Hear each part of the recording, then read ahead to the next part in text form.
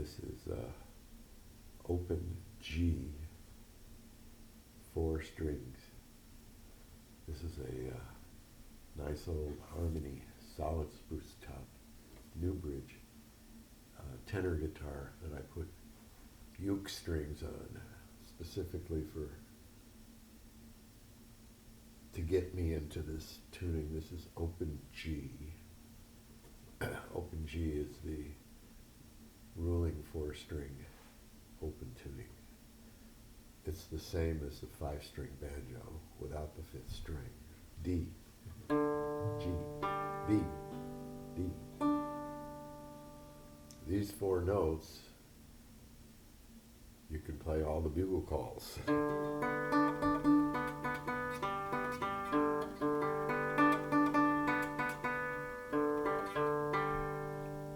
We'll do them all later when you can see my finger. Chords and strumming, that's where we're going to be. Keep in mind this is a G. G sharp, this is an A. Here's a B. On the 5th fret, you'll be a C. 7th fret, you'll be a D. 9th fret, you're going to be an E. F will be the 10th fret. 12th fret, you're going to be a G again.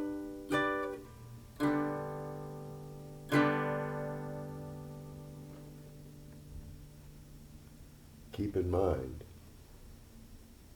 whenever you need a major chord, B flat.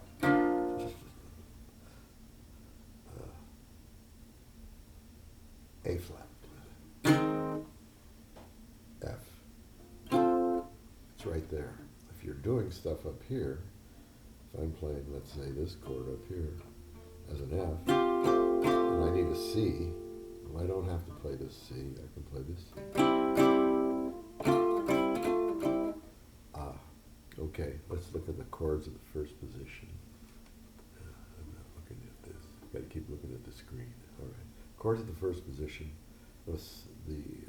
The basic change is going to be from G to C, and we all know this chord, and it's also in on the page with all the chords. Remember when I did this, A, B, C, it's important to me, the basis of doing this is that when I make this chord C, I have gone up 5 frets.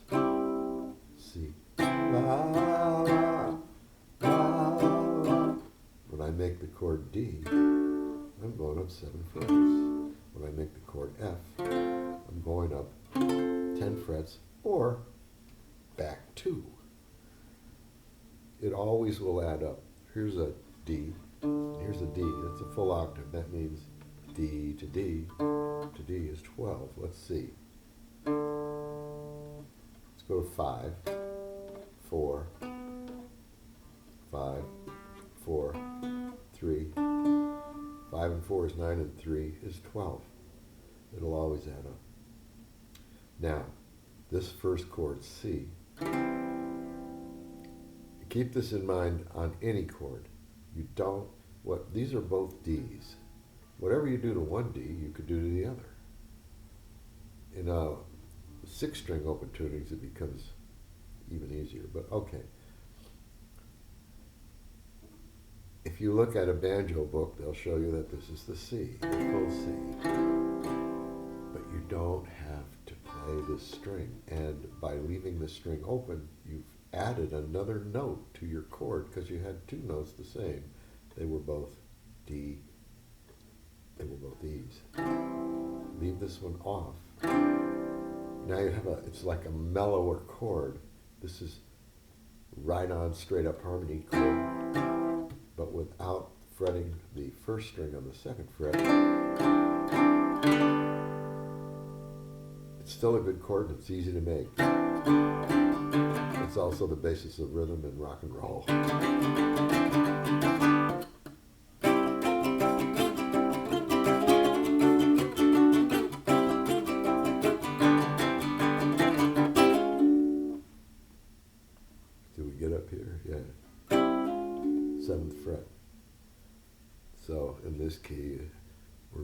you play the 1-4-5 in Roman numerals, it's going to be a 0-5-7. That's G, C, and D. Okay, we got the C. The other chord we're always going to make is the F chord, stair steps. And remember, whatever I do to this string, I can do to this string. So that's an F. Again, if we keep track, A, B, C, D, E, F, G, F, here's another G, F, F sharp, G, A, B, C, D. Excuse me, D. So if you're up here making a G and you need a D, you don't have to go back to the 7th fret or the full D. You can play this D. Now, those are the, now we've got one more, which would be the D in the first position. Chords in the first position. It's D here, so A, B, C is probably a D, D again, and who knows what this chord is. Anyway, here's your full D. It's like reverse stair steps. Now, if you want to make an absolute, here's the C. Remember the C, if I bar this and play the C, I've gone up 2 frets. Well, in effect, if I take my finger off, I've done the same thing, but I've allowed myself to have the D open, the bottom D open, which is a nice full D chord. Chord is 3 notes in the same octave. Major chord. And the minor chords are the same, except the third is 1 fret flat. Now, in this key, the third is going to be this B in open G. And I call it the melody string because just take this string and run it up and down.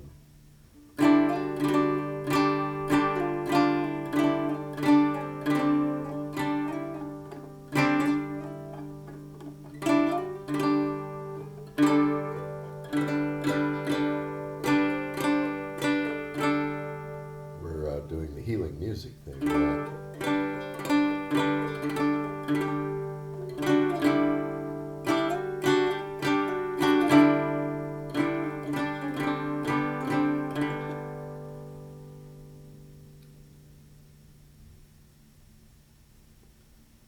Let's just add another note to it, to this.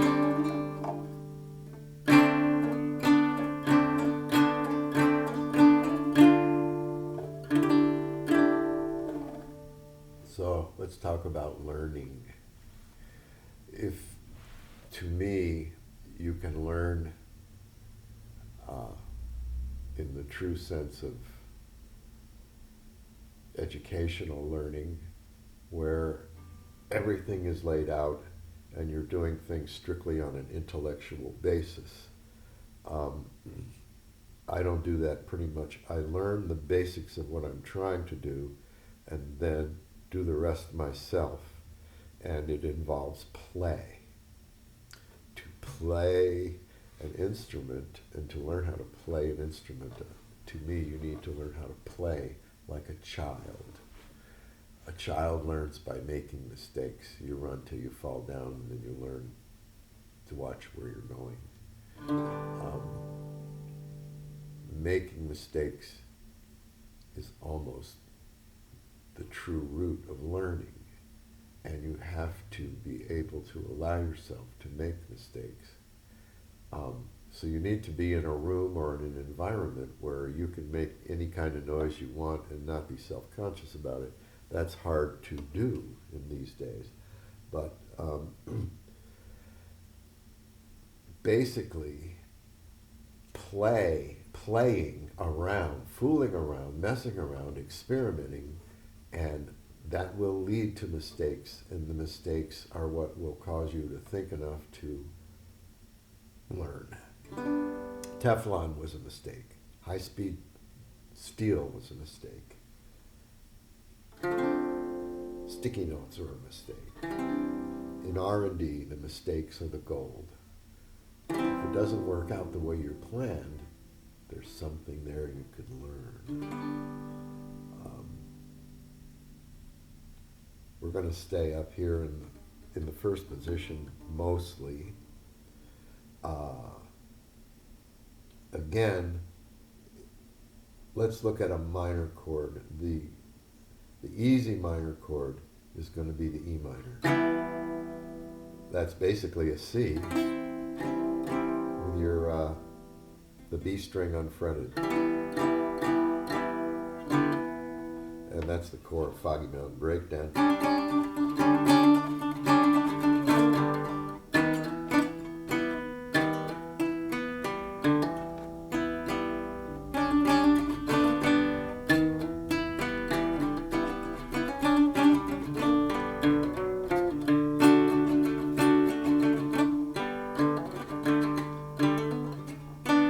Anyway, that's the minor associated with G and or C. It's kind of a transitory minor. The other minor that's going to be used continuously is the A minor form. Here's the A. And if we flat the third, one fret, we're in A minor. I want to play a B minor. Okay. A C minor.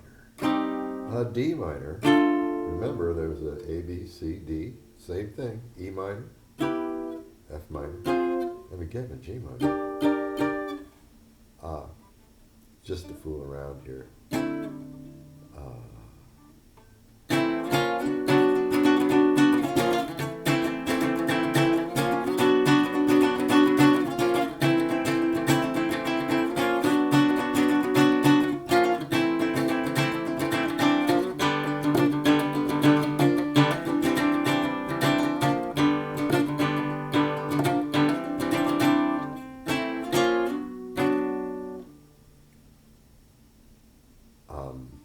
If you wish to play in a minor tuning, you'll take this string and flatten it.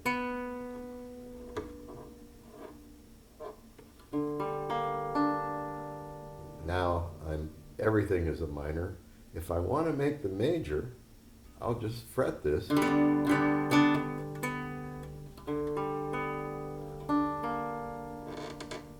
There. Now I'm back into the E, to the open G major. Now if I wanted to make the C chord like I used to, instead of doing this, I'm going to have to do this. There's my C. Here's the major. And this is now your E minor. This will be your E minor. And again, the C. There's cerebral stuff going on. It helps to kind of keep track and know where you're going. Let's take this stair step again, the F. Oh, I've got to wind this back out.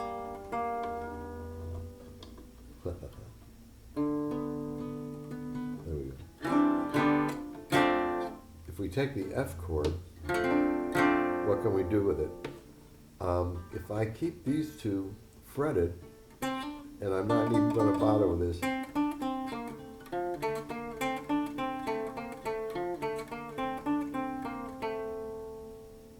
Now, what about this?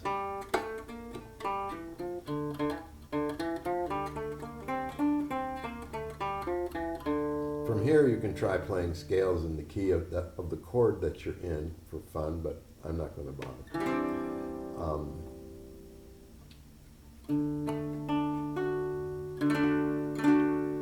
We're looking at things to do to make playing interesting. Here's the D. Here's a D7th, which is basically the full F with only these two left. It's your D7th.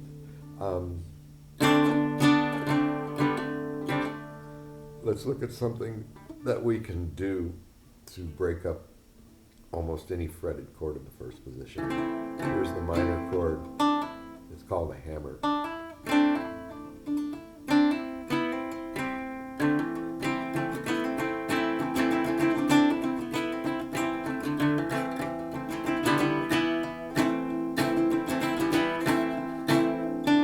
I'm hammering every one of them.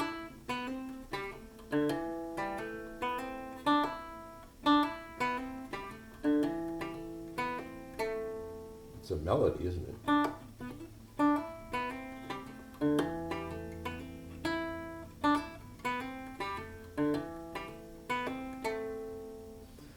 We got a little buzz here. It's set up for just this purpose. It's not going to end up in this configuration when it's finished. So, we're looking at various things that we can do in this tuning to kind of keep from just playing 2 or 3 chords over and over again. Again, the hammer, hammering on, or you can do both of them. If we do the C, we're approaching Cajun stuff. Or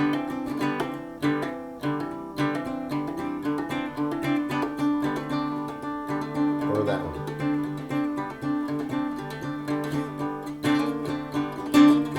This is called a slide. There's an old abandoned shack alongside the river where my friends and I did sing.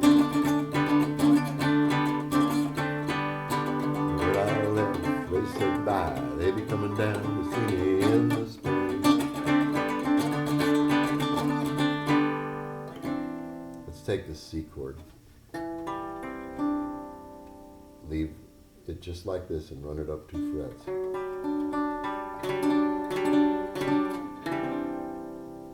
I do this all the time, this one here.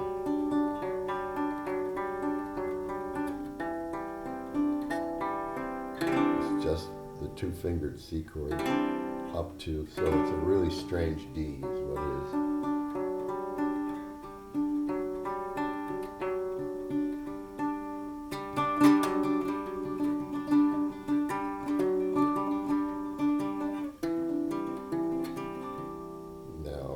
Here's the D up here. Wait a minute.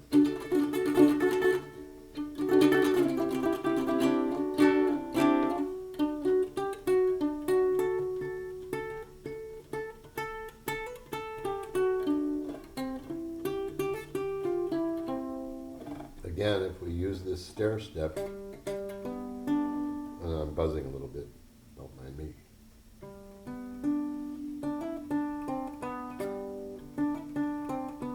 We can play it anywhere.